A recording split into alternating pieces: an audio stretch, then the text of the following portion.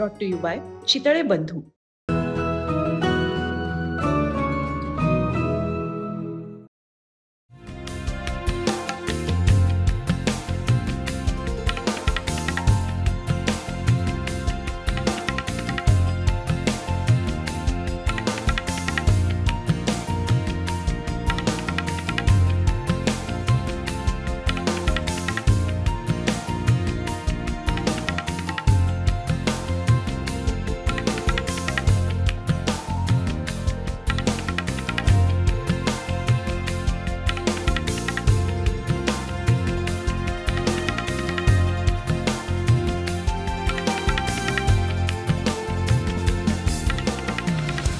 पुण्यातील मानाचा तिसरा गणपती म्हणजेच गुरुजी तालीम, या गुरुजी तालीमच्या आत्ता मंडपामध्ये मी उभा आहे आणि मुंबई तकमध्ये तुमच्या सगळ्यांचं इथूनच स्वागत. कारण मानाचे महत्त्वाचे 5 गणपती आपण मुंबई तकच्या माध्यमातून प्रेक्षकांना दाखवण्याचा प्रयत्न करतोय. आणि इंटरेस्टिंगली या संपूर्ण वेगवेगळ्या ठिकाणी म्हणजे गजमुखी असतील किंवा असा सगळा देखावा साकारला गेला. विश्वस्त सुद्धा आपल्यासोबत आहेत, ते आपल्याला या मानाच्या तिसऱ्या गणपती संदर्भात माहिती देतील. नक्की मंडळाचा इतिहास आणि सगळ्यात महत्त्वाचं सुरुवात कधीपासून झाली असेल. पुण्याचा राजा मानाचा तिसरा गणपती गुरुजी तालीम मंडळ. गुरुजी तालीम मंडळाची स्थापना 1887 साली झाली. यंदा हे 138वं वर्ष साजरं होत आहे. लोकमान्य टिळकांनी सार्वजनिक गणेशोत्सव सुरू करण्या अगोदर 5 वर्ष गुरुजी तालीम मंडळाची स्थापना आली. गुरुजी तालीम मंडळाची स्थापना शेख वल्लत रुस्तुमबाई, लालाबाई, नानासाहेब खाजगावले, बिगू पांडुरंग शिंदे ह्या दोन्ही समाजातल्या लोकांनी एकत्र येऊन स्थापना बनवली आहे. म्हणून ह्या मंडळाला हिंदू मुस्लिम ऐक्याचं प्रतीक म्हणून ओळखले जाते. सर्वप्रथम जिथं तालीम होती आपली, त्या तालमीमध्ये हा गणपती बसला जायचा. नंतर तालीम अस्तित्वात आत्ता सध्या अस्तित्वात नाही, त्यावेळेस लक्ष्मी रोड मोठा झाल्यानंतर ह्या गणपती चौकात गणपती मंडपात उत्सव साजरा केला जातो. आणि सर्वप्रथम पहिल्यांदा आपण ज्यावेळेस आपल्या गणेश मूर्ती असायच्या, ते गणेश मूर्ती वेगवेगळ्या रूपात असायच्या, ते दरवर्षी विसर्जन केल्या जायच्या. नंतर सर्व मंडळांनी एकत्र येऊन निर्णय घेतला 1972 साली की ही पैलवानी स्वरूपाची तालमीचा गणपती म्हणून पैलवाना स्वरूपाची आणि मुषकार आरूढ असलेली ही महाराष्ट्रातली पहिली मूर्ती आहे. मुषकार आरूढ असलेली विलोभनी अशी मूर्ती.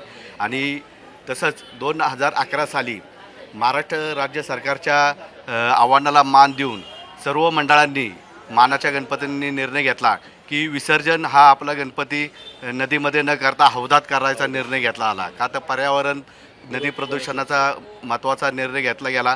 त्यानंतर 2011 साली हुबेहूब अशी आम्ही फायबर ग्लासची मूर्ती बनवली. ही फायबर ग्लासची मूर्ती आहे, ती उत्सव मूर्ती म्हणून आता आपण साजरी केली जाते. आणि जी आपली शाडू मातीची मूर्ती ती 12 महिने दर्शन मूर्ती म्हणून गणेश मूर्ती आहे. आणि हुबेहूब अशी छोटी 1.5 फुटी आपण मूर्ती बनवतो, त्याचा विसर्जन केला जातो हौदामध्ये. आणि सर्वात महत्त्वाचं म्हणजे आपल्या गुरुजी तालीम मंडळाने 1986 साली शताब्दी महोत्सव साजरा केला. त्यावेळेस मंडळाचे अध्यक्ष प्रवीण परदेशी यांच्या नेतृत्वाखाली मंडळाच्या पदाधिकारी कार्यकर्त्यांनी निर्णय घेतला की कोणतीही वर्गणी न स्वीकारता हा उत्सव साजरा करायचा. गेली 38 वर्ष फक्त मंडळाचे पदाधिकारी कार्यकर्ते और मित्रमंडळीच्या सभागृहातून हा उत्सव साजरा केला जातो. आणि जेव्हापासून आपण वर्गणी बंद केली त्याच्यानंतर दरवर्षी हा मोठ्या प्रमाणातच साजरा होत गेला. बाप्पांनी कोणतीही अडचण आणून दिली नाही. आणि दरवर्षी आपण वेगवेगळ्या थीम करत असतो की या वर्षी काय थीम आहे सगळ्यामध्ये. हे आपली धार्मिक स्वरूपाची ह्यावेळेस आपण हे गजमहल केला आहे.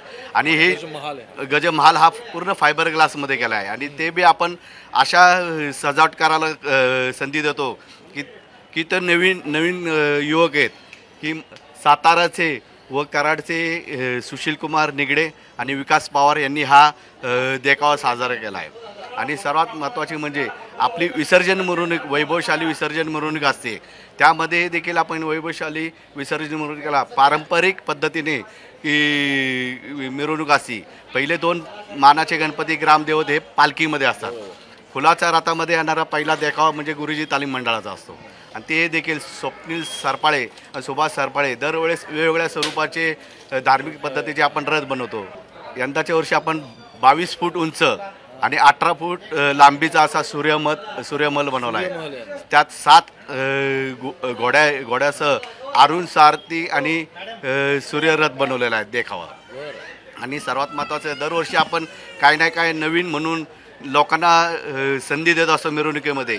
1 वर्ष आपण जे कारागृहाचे कैदी आहेत त्यांना 2 महिने प्रशिक्षण देऊन आपल्या मिरवणुकीमध्ये सामील केलं होतं. महाराष्ट्र सरकारने त्यांना परवानगी दिली आणि आपल्या मंडळामध्ये ते सामील केले.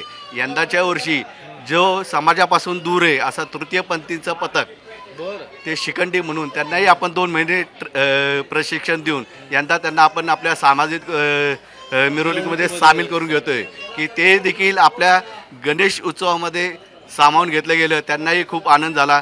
पहिल्या दिवशी मी मिरवणुकीला त्यांना सामील केलं होतं आणि ते खूप आनंदी आहेत की चला ह्या समाजाबद्दल आपल्याला मान दिला. आणि आपण दरवर्षी महिला किंवा कैदी असो किंवा आता शिखंडी यांना आपण मान देतो. दरवर्षी आपण वेगवेगळ्या स्वरूपाचे मान देत आलो. खूप सुंदर, म्हणजे आपल्याला विश्वस्तन्यता या सगळ्या संदर्भात माहिती दिली. मला विचारायचं की त्यावेळी वेगवेगळ्या धर्माच्या लोकांनी एकत्र येऊन सुरू केलेलं हे मंडळ आहे. आता 138 वर्ष आहे, मोठी परंपरा आहे गुरुजी तालीमला. देखावे असतील, आता हा गजमहल साकारणं वगैरे सगळ्या गोष्टी असतील. तुम्ही दरवर्षी ह्या सगळ्या मग मंडळाच्या बैठकीत सगळ्या थीम ठरतो? हो, हे कमीत कमी 3 महिन्या अगोदर आमची तयारी असते.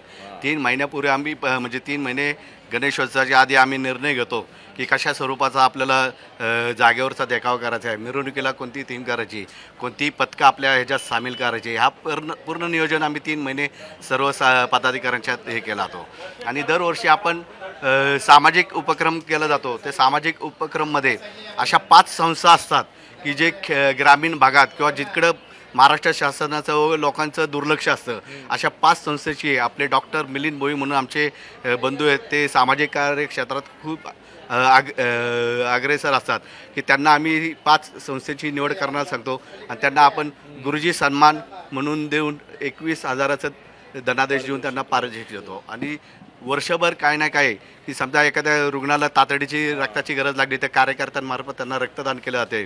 दुष्काळग्रस्त असू, पूरग्रस्त असू, त्यांना आर्थिक मदत जाते. आणि यंदाच्या वर्षी असं अजून एक आहे की जे आपल्या भारतीय ॲथलेटिकमध्ये ज्यांनी पदकं मिळवली तेही ह्या वर्षी आपल्या विसर्जन मिरवणुकीत मिरवणुकीत यंदा सामील असतात. खूप खूप धन्यवाद तुमचे मुंबई तकशी बोलल्याबद्दल. तर गुरुजी तालीम मानाचा पुण्यातला 3रा गणपती ज्या प्रांगणात मी आता गणेशाच्या इथे उभा आहे, मूषकावरती आरूढ अशी ही छान मूर्ती. आणि तुम्ही बघताय की म्हणजे ज्या पद्धतीने या सगळ्याची सुरुवात झाली, त्याला तालीम का म्हटलं तर इथे जुनी तालीम होती, त्या तालिमीतच म्हणजे पैलवानाच्याच ह्याच्यातली ते तशी मूर्ती साकारली आहे. दरवर्षी काहीतरी ना काही वेगळा देखावा असतो. साधारण पुण्यातल्या 2 पहिले मानाचे गणपती क्रॉस झाल्यानंतर गुरुजी तालीमची सुंदरशी मूर्ती दिसते. आणि ह्या छान गजमहालात, जो गजमहाल साकारलेला आहे, त्या गजमहालात मी आत्ता उभा आहे. भाविकांची इथे रीग लागलेली तुम्ही सगळे दिसेल. वेगवेगळ्या ठिकाणाहून सगळे भाविक तिथे पोहोचलेले आहेत दर्शनाला. आणि अर्थात गणेशोत्सव 10 दिवस हे संपूर्ण अशाच पद्धतीने इथे हे सगळं वातावरण कायम राहत असतं. आणखी महत्त्वाचे गणपती 4था तुळशीबाग असेल किंवा त्यानंतर केसरीवाड्याचा गणपती असेल जो टिळकांनी स्थापन केलेला होता, ते पण तुमच्यापर्यंत पोहोचवण्याचा प्रयत्न करायचा आहे. आत्ता तिथंच थांबूया. कॅमेरा पर्सन गोपाळ हरणेसोबत मी ओमकार वाबळे, थेट पुण्यावरून मुंबई तक.